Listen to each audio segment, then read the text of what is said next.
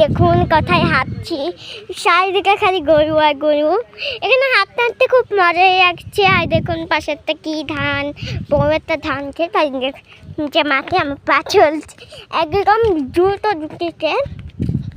গুটিতে।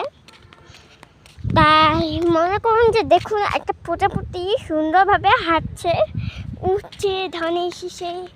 তাই আমি ভাবছিলাম একটু লিস্ট বানাই এখানে। যখন আপনাদের যখন এই দেখুন একটা গরুর বাচ্চি আর দেখুন এখানে সব গরুর বাঁধা আছে।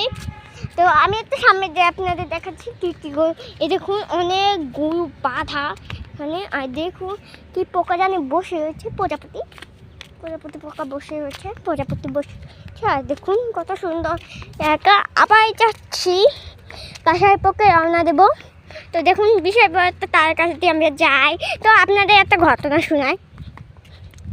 আমার যখন 14 মাস ছিল তখন আমার একটা ঘটনা ঘটে। তার কাছে সামনে দিয়ে আমি যাচ্ছি বাসার পথে যাওয়ার পথে আমার এক জিনের সাথে দেখা। জিনের নাম